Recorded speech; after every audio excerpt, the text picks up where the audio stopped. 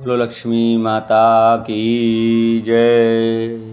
नमस्कार दोस्तों, स्वागत है आपका मेरे यूट्यूब चैनल आर के भक्ति में। भक्तों, आज हम आपको शुक्रवार के दिन सुनी जाने वाली वैभव लक्ष्मी माता की व्रत कथा व विधि व पूजन सब कुछ बताएंगे। कृपया श्रद्धा और भाव से सुने। जो भक्त हमारे चैनल पर नए आए हैं वो हमारे चैनल को सब्सक्राइब करें, वीडियो को लाइक करें और कमेंट में ओम श्री लक्ष्मी पते नमः लिखना न भूलें। बोलो लक्ष्मी माता की जय। लक्ष्मी माता की जय अवश्य लिखें। धन के लिए माँ लक्ष्मी की पूजा का विधान है, लेकिन माँ लक्ष्मी के वैभव लक्ष्मी स्वरूप की पूजा का विशेष महत्व माना गया है। यह व्रत शुक्रवार के दिन रखा जाता है। यह व्रत स्त्री ही नहीं बल्कि पुरुष भी रख सकते हैं। इस व्रत से व्रती की सभी मनोकामनाएं पूरी होती हैं, सुख समृद्धि और सौभाग्य में वृद्धि होती है। वैभव लक्ष्मी व्रत कथा। किसी न शहर में लाखों लोग रहते थे। सभी अपने अपने कामों में रत रहते थे। किसी को किसी की परवाह नहीं थी। भजन कीर्तन, भक्ति भाव, दया, माया, परोपकार जैसे संस्कार कम हो गए। शहर में बुराइयां बढ़ गई थीं।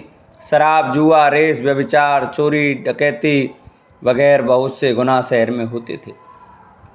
इनके बावजूद शहर में कुछ अच्छे लोग भी रहते थे। ऐसे ही लोगों में शीला और उनके पति की गृहस्थी मानी जाती थी। शीला धार्मिक प्रकृति की और संतोषी स्वभाव वाली थी। उनका पति भी विवेकी और सुशील था। शीला और उसका पति कभी किसी की बुराई नहीं करते थे और प्रभु भजन में अच्छी तरह समय व्यतीत करते थे। शहर के लोग उनकी गृहस्थी की सराहना करते थे। देखते ही देखते समय बदल गया। शीला का पति बुरी लोगों से दोस्ती कर बैठा। अब वह जल्द से जल्द करोड़पति बनने के ख्वाब देखने लगा, इसलिए वह गलत रास्ते पर चल पड़ा। उसकी हालत रास्ते पर भटकते भटकते भिखारी जैसी हो गई थी। दोस्तों के साथ उसे भी शराब की आदत हो गई। इस प्रकार उसने अपना सब कुछ गंवा दिया। शीला को पति के बर्ताव से बहुत दुख हुआ, किंतु वह भगवान पर भरोसा कर सब कुछ सहने लगी। वह अपना अधिकांश समय प्रभु भक्ति में बिताने लगी। अचानक एक दिन दोपहर को उनके द्वार पर किसी ने दस्तक दी। शीला ने द्वार खोला तो देखा कि एक माँ जी खड़ी थी। उसके चेहरे पर अलौकिक तेज निखर रहा था। उनकी आंखों में से मानो अमृत बरस रहा था। उसका भव्य चेहरा करुणा और प्यार से झलक रहा था। उसको देखते ही शीला के मन में अपार शांति छा गई। शीला के रोम रोम में आनंद छा गया। शीला उस माँ जी को आदर के साथ घर में ले आई। घर में बैठाने के लिए कुछ भी नहीं था, तो शीला ने सकुचा कर एक फटी हुई चद्दर उसको बिछाई। माँ जी बोली, क्यों शीला, मुझे पहचाना नहीं? हर शुक्रवार को लक्ष्मी जी के मंदिर में भजन कीर्तन के समय में वहाँ आती हूँ। इसके बावजूद शीला को समझ नहीं पा रही थी। फिर माँ जी बोली, तुम बहुत दिनों से मंदिर नहीं आई, अतः मैं तुम्हें देखने चली आई। माता जी के अति प्रेम भरे शब्दों से शीला का हृदय पिघल गया। उसकी आंखों में आंसू आ गए और वह बिलक बिलक कर रोने लगी। माँ जी ने कहा, बेटी, सुख और दुख तो धूप और छाँव जैसे होते हैं। धैर्य रखो बेटी, मुझे तेरी सारी परेशानी बता। माता जी के व्यवहार से शीला को काफ़ी संबल मिला और सुख की आश में उसने माता जी को अपनी सारी कहानी कह सुनाई। कहानी सुनकर माता जी ने कहा, कर्म की गति न्यारी होती है। हर इंसान को अपने कर्म भुगतने ही पड़ते हैं, इसलिए तू चिंता मत कर। अब तू कर्म भुगत चुकी है, अब तुम्हारे सुख के दिन अवश्य आएंगे। तू तो माँ लक्ष्मी जी की भक्त है। माँ लक्ष्मी जी तो प्रेम और करुणा के अवतार हैं। वे अपने भक्तों पर हमेशा ममता रखती हैं, इसलिए तू धैर्य रखकर माँ लक्ष्मी जी का व्रत कर, इससे सब कुछ ठीक हो जाएगा। शीला के पूछने पर माता जी ने उसे व्रत की सारी विधि बताई। माता जी ने कहा, बेटी, माँ लक्ष्मी जी का व्रत बहुत सरल है। उसे वरद लक्ष्मी व्रत या वैभव लक्ष्मी व्रत कहा जाता है। यह व्रत करने वाले की सब मनोकामना पूर्ण होती हैं।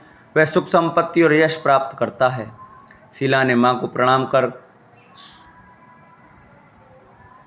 और वैभव लक्ष्मी का व्रत शुरू किया। शीला यह सुनकर आनंद हो गई। शीला ने संकल्प करके आंखें खोली तो सामने कोई न था। वह विस्मित हो गई कि माँ जी कहाँ गई। शीला को तत्काल यह समझते देर न लगी कि माँ जी और कोई नहीं, साक्षात लक्ष्मी जी ही थीं। दूसरे दिन शुक्रवार था। सवेरे स्नान करके स्वच्छ कपड़े पहनकर शीला ने माँ जी द्वारा बताई गई विधि से पूरे मन से व्रत किया। आखिर में प्रसाद वितरण हुआ। यह प्रसाद पहले पति को खिलाया। प्रसाद खाते ही पति के स्वभाव में फर्क पड़ गया। उस दिन उसने शीला को मारा नहीं, सताया भी नहीं। शीला को बहुत आनंद हुआ। उनके मन में वैभव लक्ष्मी व्रत के लिए श्रद्धा बढ़ गई। शीला ने पूर्ण श्रद्धा भक्ति से 21 शुक्रवार तक वैभव लक्ष्मी व्रत किया। 21वें शुक्रवार को माँ जी के कहे मुताबिक उद्यापन विधि कर के 7 स्त्रियों को वैभव लक्ष्मी व्रत के 7 पुस्तकें उपहार में दी। फिर माता जी के धन लक्ष्मी स्वरूप की छवि को वंदन करके भाव से मन ही मन प्रार्थना करने लगी। हे माँ धनलक्ष्मी, मैंने आपका वैभव लक्ष्मी व्रत करने की मन्नत मानी थी, वह व्रत आज पूर्ण किया। हे माँ, मेरी हर विपत्ति दूर करो, हमारा सब का कल्याण करो। जिसे संतान न हो उसे संतान देना, सौभाग्यवती स्त्री का सौभाग्य खंड करना, कुंवारी लड़कियों को मन भावन पति देना। जो आपका यह चमत्कारी वैभव लक्ष्मी व्रत करें उसकी सब विपत्ति दूर करना, सभी को सुखी करना। हे माँ, आपकी महिमा अपार है। ऐसा बोलकर लक्ष्मी जी के धन लक्ष्मी स्वरूप की छवि को प्रणाम किया। व्रत के प्रभाव से शीला का पति अच्छा आदमी बन गया और कड़ी मेहनत करके व्यवसाय करने लगा। उसने तुरंत शीला के गिरवी रख के गहने छुड़ा लिए। घर में धन की बाढ़ सी आ गई। घर में पहले जैसी सुख शांति छा गई। वैभव लक्ष्मी व्रत का प्रभाव देखकर मोहल्ले की दूसरी स्त्रियां भी विधिपूर्वक वैभव लक्ष्मी व्रत करने लगी। वैभव लक्ष्मी व्रत 7, 11 या 21 जितने भी शुक्रवारों की मन्नत मांगी हो उतने शुक्रवार तक यह व्रत पूरी श्रद्धा तथा भावना के साथ करना चाहिए। आखिरी शुक्रवार को इसका शास्त्रीय विधि के अनुसार उद्यापन करना चाहिए। आखिरी शुक्रवार को प्रसाद के लिए खीर बनानी चाहिए। जिस प्रकार हर शुक्रवार को हम पूजन करते हैं वैसे ही करना चाहिए। पूजन के बाद माँ के सामने एक श्रीफल फोड़ें। फिर कम से कम 7 कुंवारी कन्या या सौभाग्यवतशाली स्त्रियों को कुमकुम का तिलक लगाकर माँ वैभव लक्ष्मी व्रत कथा की पुस्तक की एक एक प्रति उपहार में देनी चाहिए और सबको खीर का प्रसाद देना चाहिए। इसके बाद माँ लक्ष्मी जी को श्रद्धा सहित प्रणाम करना चाहिए। फिर माता जी के धन लक्ष्मी स्वरूप की छवि को वंदन करके भाव से मन ही मन प्रार्थना करें। हे माँ धनलक्ष्मी, मैंने आपका वैभव लक्ष्मी व्रत करने की मन्नत मांगी थी, वह व्रत आज पूर्ण किया है। हे माँ, हमारी जो मनोकामना हो वह बोलें, मनोकामना पूर्ण करें, हमारी हर विपत्ति दूर करो, हमारा सबका कल्याण करो। जिसे संतान न हो उसे संतान देना, सौभाग्यवती स्त्री को सौभाग्य खंड रखना, कुंवारी लड़की को मन भावन पति देना। जो आपका यह चमत्कारिक वैभव व्रत करे उसकी सब विपत्ति दूर करना, सभी को सुखी करना। हे माँ, आपकी महिमा अपार है। आपकी जय हो, जय हो, जय हो। ऐसा बोलकर लक्ष्मी जी के धन स्वरूप की छवि को प्रणाम करना। शुक्रवार के दिन माँ संतोषी माता का व्रत पूजन किया जाता है। इस पूजा के दौरान माता की आरती, पूजन तथा अंत में माता की कथा सुनी जाती है। शुक्रवार के दिन यह कथा सुनी जाती है। एक बुढ़िया थी, उसके 7 बेटे थे। 6 कमाने वाले थे जबकि एक निकम्मा था। बुढ़िया 6 बेटों की रसोई बनाती, भोजन कराती और उनसे जो झूठन बचती वह 7वें को देती। एक दिन 7वां लड़का बोला, देखो मेरी माँ मुझे कितना प्रेम करती है। तो उसकी पत्नी बोली, क्यों नहीं, सबका झूठा जो तुमको खिलाती है। वह बोला, ऐसा नहीं हो सकता, मैं जब तक आंखों से न देख लूँ मान नहीं सकता। बहू अश्कर बोली, देख लोगे तब तो मानोगे। कुछ दिन बाद त्यौहार आया। घर में 7 प्रकार के भोजन और चूरमे के लड्डू बने। जब जांचने को सिर दुखने का बहाना कर पतला वस्त्र सिर पर ओढ़े रसोई घर में सो गया, वह कपड़े में से सब देखता रहा। 6 भाई भोजन करने आए। उसने देखा माँ ने उनके लिए सुंदर आसन बिछा, नाना प्रकार की रसोई परोसी और आग्रह करके उन्हें जमाया। वह देखता रहा। 6 भोजन करके उठे तब माँ ने उनकी झूठी थालियों में से लड्डुओं के टुकड़े उठाकर एक लड्डू बनाया। झूठन साफ कर बुढ़िया माँ ने उसे पुकारा, बेटा 6 भाई भोजन कर गए, अब तू ही बाकी है, उठ तू कब खाएगा। वह कहने लगा, माँ मुझे भोजन नहीं करना, मैं अब परदेश जा रहा हूँ। माँ ने कहा, कल जाता है तो आज चला जा। वह बोला, हाँ आज ही जा रहा हूँ। यह कहकर वह घर से निकल गया। साथ में बेटे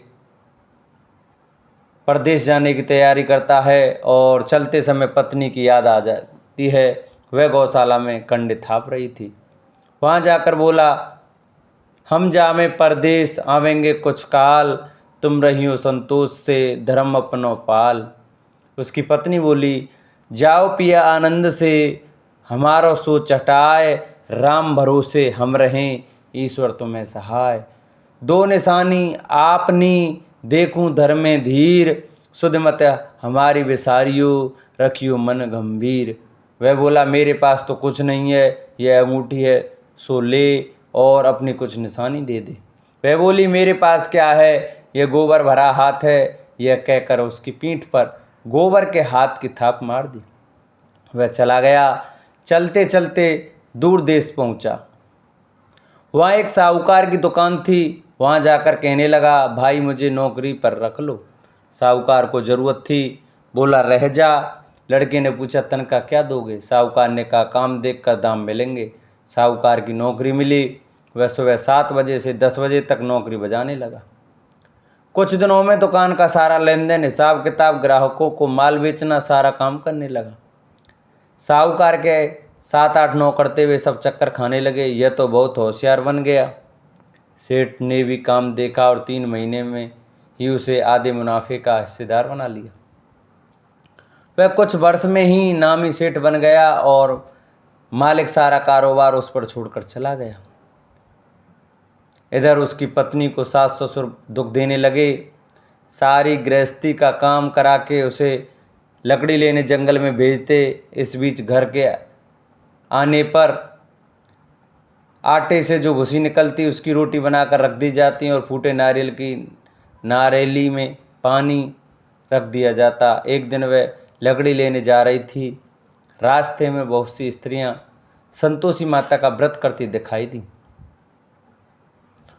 वहाँ वह खड़ी होकर कथा सुनने लगी और पूछा, बहनों तुम किस देवता का व्रत करती हो और उसके करने से क्या फल मिलता है। यदि तुम इस व्रत का विधान मुझे समझा कर कहोगी तो मैं तुम्हारा बड़ा एहसान मानूंगी। तब उनमें से एक स्त्री बोली, सुनो, यह संतोषी माता का व्रत है। इसके करने से निर्धनता दरिद्रता का नाश होता है और जो कुछ मन में कामना हो सब संतोषी माता की कृपा से पूरी होती है। तब उसने उससे व्रत की विधि पूछी। संतोषी माता की व्रत विधि उन्होंने बताई। वह भक्तन बोली, सवा आने का गुड़ चना लेना, इच्छा हो तो 5.25 आने का लेना या 1.25 रुपया का भी सहूलियत के अनुसार लाना। बिना परेशानी और श्रद्धा व प्रेम से जितना भी बन पड़े सवाया लेना। प्रत्येक शुक्रवार को निराहार रहकर कथा सुनना। इसके बीच क्रम टूटे नहीं, लगातार नियम पालन करना। सुनने वाला कोई न मिले तो घी का दीपक जला उसके आगे या जल के पात्र को सामने रखकर कथा कहना। जब कार्य सिद्ध ना हो नियम का पालन करना और कार्य सिद्ध हो जाने पर व्रत का उद्यापन करना। 3 मास में माता फल पूरा करती हैं। यदि किसी के ग्रह खोटे भी हों तो भी माता वर्ष भर में कार्य सिद्ध करती हैं। फल सिद्ध होने पर उद्यापन करना चाहिए, बीच में नहीं। उद्यापन में अड़ाई, सेर आटे का खाजा तथा इसी परिणाम से खीर तथा चने का साग करना। 8 लड़कों को भोजन कराना। जहाँ तक मिले जेठ देवर भाई बंधु के हों, न मिलें तो रिश्तेदारों और पास पड़ोसियों को बुलाना। उन्हें भोजन करा, यथाशक्ति दक्षिणा दे, माता का नियम पूरा करना। उस दिन घर में खटाई न खाना। यह सुन बुढ़िया कि वह वहाँ से चल दी। व्रत का प्रण करना और माता संतोषी का दर्शन देना। रास्ते में लकड़ी के बोझ को बेच दिया और उसने पैसों से गुड़ चना ले माता के व्रत की तैयारी कर आगे चली और सामने मंदिर देखकर पूछने लगी, यह किसका मंदिर है। सब कहने लगे, संतोषी माता का मंदिर है। यह सुनकर माता के मंदिर में जाकर चरणों में लौटने लगी। दीन हो विनती करने लगी, माता मैं निपटक ज्ञानी हूँ, व्रत के कुछ भी नियम नहीं जानती, मैं दुखी हूँ। हे माता जगत जननी मेरा दुख दूर कर, मैं तेरी शरण में हूँ। माता को दया आई। एक शुक्रवार बीता कि दूसरे शुक्रवार को उसके पति का पत्र आया। तीसरे शुक्रवार को उसका भेजा हुआ पैसा आ पहुँचा। यह देख जेठ जेठानी मुँह सिकोड़ने लगे। लड़के ताने देने लगे, काकी के पास पत्र आने लगे, रुपया आने लगा। अब तो काकी की खातिरी बढ़ेगी। बेचारी सरलता से कहती, भैया कागज आवे रुपया आवे हम सब के लिए अच्छा है। ऐसा कहकर आंखों में आंसू भरकर संतोषी माता के मंदिर में मातेश्वरी के चरणों में गिरकर रोने लगी। माँ मैंने तुमसे पैसा कब मांगा है, मुझे पैसे से क्या काम है, मुझे तो अपने सुहाग से काम है, मैं तो अपने स्वामी के दर्शन मांगती हूँ। तब माता ने प्रसन्न होकर कहा, जा बेटी तेरा स्वामी आएगा। यह सुनकर खुशी से बावली होकर घर में जा काम करने लगी। अब संतोषी माँ विचार करने लगी, इस भोली पुत्री को मैंने कह तो दिया कि तेरा पति आवेगा, लेकिन कैसे, वह तो इसे स्वप्न में भी याद नहीं करता, उसे याद दिलाने को मुझे ही जाना पड़ेगा। इस तरह माताजी उस बुढ़िया के बेटे के पास जा स्वप्न में प्रकट हो कहने लगी, साहूकार के बेटे सो रहा है या जागता है। वह कहने लगा, माता सोता भी नहीं जागता भी नहीं हूँ, कहो क्या आज्ञा है। माँ कहने लगी, तेरे घर बार कुछ है कि नहीं। वह बोला, मेरे पास सब कुछ है, माँ बाप है, बहू है, क्या कमी है। माँ बोली, भोले पुत्र तेरी बहू घोर कष्ट उठा रही है, तेरे माँ बाप उसे परेशानी दे रहे हैं, वह तेरे लिए तरस रही है, तू उसकी सुध ले। वह बोला, हाँ माता जी यहाँ तो मालूम है, परंतु जाऊँ तो कैसे, परदेश की बात है, लेन देन का कोई हिसाब नहीं है, कोई जाने का रास्ता नहीं आता, कैसे चले जाऊँ। माँ कहने लगी, मेरी बात मान, सवेरे नहा धोकर संतोषी माता का नाम ले, घी का दीपक जला, दंडवत कर दुकान पर जा बैठ, देखते देखते सारा लेन देन चुक जाएगा, जमा का माल बिक जाएगा, सांझ होते होते धन का भारी ढेर लग जाएगा। अब बूढ़े की बात मानकर वह नहा धोकर संतोषी माता को दंडवत घी का दीपक जला दुकान पर जा बैठा।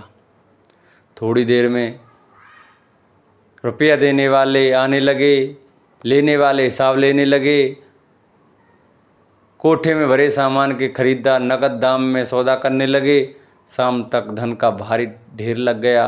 मन में माता का नाम ले चमत्कार देख प्रसन्न हो घर जाने के वास्ते गहना कपड़ा सामान खरीदने लगा। यहाँ से काम निपट तुरंत घर को रवाना हुआ। उधर उसकी पत्नी जंगल में लकड़ी लेने जाती है। लौटते वक्त माता जी के मंदिर में विश्राम करती है। वह तो उसके प्रतिदिन रुकने का जो स्थान ठहरा। धूल उड़ती देख वह माता से पूछती है, हे माता यह धूल कैसी उड़ रही है। माता कहती है, हे पुत्री तेरा पति आ रहा है, अब तू ऐसा कर लकड़ियों के 3 बोझ बना ले, एक नदी के किनारे रख और दूसरा मेरे मंदिर पर और तीसरा अपने सिर पर। तेरे पति को लकड़ियों का गट्ठर देख मोह पैदा होगा, वह यहाँ रुकेगा, नाश्ता पानी खाकर माँ से मिलने जाएगा, तब तू लकड़ियों का बोझ उठाकर जाना और चौक में गट्ठर डालकर जोर से आवाज़ लगाना, लो सासू जी लकड़ियों का गट्ठर लो, भूसे की रोटी दो, नारियल के खेपड़े में पानी दो, आज मेहमान कौन आया है। माता जी से बहुत अच्छा कहकर वह प्रसन्न मन से लकड़ियों के 3 गट्ठर बनाए, एक नदी के किनारे पर और एक माता जी के मंदिर पर। इतने में मुसाफिर आ पहुंचा। सूखी लकड़ी देख उसकी इच्छा उत्पन्न हुई कि हम यहीं पर विश्राम करें और भोजन बनाकर खा पी कर गाँव जाएं। इसी तरह रुककर भोजन बना, विश्राम करके गांव को गया, सबसे प्रेम से मिला। उसी समय सिर पर लकड़ी का गट्ठर लिए वह उतावली सी आती है, लकड़ियों का भारी बोझ आंगन में डालकर जोर से 3 आवाज़ देती है, लो सासू जी लकड़ियों का गट्ठर लो, भूसे की रोटी दो, आज कौन मेहमान आया है। यह सुनकर उसकी सास बाहर आकर अपने दिए हुए कष्टों को भुलाने हेतु कहती है, बहू ऐसा क्यों कहती है, तेरा मालिक ही तो आया है, आ बैठ मीठा भात खा, भोजन कर, कपड़े गहने पहन। उसकी आवाज़ सुन उसका पति बाहर आता है, अंगूठी देख व्याकुल हो जाता है। माँ से पूछता है, माँ यह कौन है। माँ बोली, बेटा यह तेरी बहू है, जब से तू गया है तब से सारे गांव में भटकती फिरती है, घर का काम काज कुछ करती नहीं, 4 पहर आकर खा जाती है। वह बोला, ठीक है माँ, मैंने इसे भी देखा और तुम्हें भी, अब दूसरे घर की चाबी दो, उसमें रहूँगा। माँ बोली ठीक है, तेरी जैसी मर्जी। तब वह दूसरे मकान की तीसरी मंजिल का कमरा खोल सारा सामान जमाया। एक दिन मैं राजा के महल जैसा ठाटबाट बन गया। अब क्या था, बहू सुख भोगने लगी। इतने में शुक्रवार आया। शुक्रवार व्रत के उद्यापन में कि वह कहने लगी तो को उसके पति ने कहा मुझे संतोषी माता के व्रत का उद्यापन करना है। पति बोला खुशी से कर लो। वह उद्यापन की तैयारी करने लगी। जेठानी के लड़कों को भोजन के लिए कहने गई। उन्होंने मंजूर किया, परंतु पीछे से जेठानी ने अपने बच्चों को सिखाया, देखो भोजन के समय खटाई मांगना, जिससे उसका उद्यापन पूरा ना हो। लड़के जिमने आए, खीर खाना पेट भर खाया, परंतु बाद में खाते ही कहने लगे हमें खटाई दो, खीर खाना हमको नहीं भाता। देखकर अरुचि होती है। वह कहने लगी भाई खटाई किसी को नहीं दी जाएगी, यह तो संतोषी माता का प्रसाद है। लड़के उठ खड़े हुए, बोले पैसा लाओ। भोली बहू कुछ जानती नहीं थी, उन्हें पैसे दे दिए। लड़के उसी समय हट करके इमली खटाई ले खाने लगे। यह देखकर बहू पर माताजी ने कोप किया। राजा के दूत उसके पति को पकड़ ले गए। जेठ जेठानी मन माने वचन कहने लगे, लूट लूट कर धन इकट्ठा कर लाया है, अब सब मालूम पड़ जाएगा जब जेल की मार खाएगा। बहू से यह सहन नहीं हुआ और रोती हुई माताजी के मंदिर गई। कहने लगी हे माता तुमने क्या किया। हंसाकर अब भक्तों को रुलाने लगी। माता बोली बेटी तूने उद्यापन करके मेरा व्रत भंग किया है। वह कहने लगी माता मैंने कुछ अपराध किया है, मैंने तो भूल से लड़कों को पैसे दे दिए, मुझे क्षमा करो, मैं फिर तुम्हारा उद्यापन करूँगी। माँ बोली अब भूल मत करना। वह कहती है अब भूल नहीं होगी, अब बतलाओ वे कैसे आवेंगे। माँ बोली जा पुत्री, तेरा पति तुझे रास्ते में आता मिलेगा। वह निकली, राह में पति आता मिला। वह पूछी कहाँ गए थे। वह कहने लगे इतना धन जो कमाया उसका टैक्स राजा ने मांगा था, वह भरने गया था। वह प्रसन्न हो बोली भला हुआ, अब घर को चलो। कुछ दिन बाद फिर शुक्रवार आया, फिर व्रत का उद्यापन किया। वह बोली मुझे फिर माता का उद्यापन करना है। पति ने कहा करो बहू। फिर जेठ जेठानी के लड़कों को भोजन के कहने गई। जेठानी ने एक तो बातें सुनाई और लड़कों को सिखाने लगी, तुम सब लोग पहले की तरह खटाई मांगना। लड़के भोजन से पहले कहने लगे हमें खीर खानी नहीं, हमारा जी बिगड़ता है, कुछ खटाई खाने को दो। वह बोली खटाई किसी को नहीं मिलेगी, आना है तो आओ। वह ब्राह्मण के लड़के लाकर भोजन कराने लगी। यथाशक्ति दक्षिणा दी। एक एक फल उन्हें दिया। संतोषी माता प्रसन्न हुई। माता की कृपा से 90 मास में उसके चंद्रमा के समान सुंदर पुत्र प्राप्त हुआ। पुत्र को पाकर प्रतिदिन माता जी के मंदिर को जाने लगी। माँ ने सोचा ये रोज आती है, आज क्यों ना इसके घर चलूं। यह विचार कर माता ने भयानक रूप बनाया। गुड़ चने से सना हुआ मुख, ऊपर सूंड के समान होठ, उस पर मक्खियाँ भिन भिना रही थीं। दहली पर पैर रखते हुए उसकी सास चिल्लाई देखो रे कोई चुड़ैल डाकिन चली आ रही है, लड़कों इसे भगाओ नहीं तो किसी को खा जाएगी। लड़के भागने लगे, चिल्लाकर खिड़की बंद करने लगे। बहू रोशनदान से देख रही थी, प्रसन्नता से पगली बन चिल्लाने लगी आज मेरी माता जी मेरे घर आई हैं। वह बच्चे को दूध पीने से हटाती है। इतने में सास का क्रोध फट पड़ा। वह बोली क्या उतावली हुई है, बच्चे को पटक दिया। इतने में माँ के प्रताप से लड़के ही लड़के नजर आने लगे। वह बोली माँ मैं जिसका व्रत करती हूँ यह संतोषी माता है। सब ने माता के चरण पकड़ ली और विनती कर कहने लगे हे माता हम मूर्ख हैं, अज्ञानी हैं, तुम्हारे व्रत की विधि हम नहीं जानते, व्रत भंग कर हमने बड़ा अपराध किया है। जगत माता आप हमारा अपराध क्षमा करें। इस प्रकार माता प्रसन्न हुई। बहू को प्रसन्न हो जैसा फल दिया वैसा माता सबको दें। जो यह कथा सुने उसको सभी मनोरथ पूर्ण हों और जो यह कथा पढ़े उनके भी सभी मनोरथ पूर्ण हों। बोलो संतोषी माता की जय। जिन भक्तों को हमारी ये वीडियो हमारी यह कथा अच्छी लगी हो वो हमारी कथा को आगे शेयर करें, चैनल को सब्सक्राइब करें और बेल आइकन घंटा है उसको दबाना ना भूलें, जिससे भी जो वीडियो हम नहीं डालें वो आपके पास पहुँचे और आप हमारी नई नई वीडियो देख सकें, हमारी नई नई कथा सुन सकें।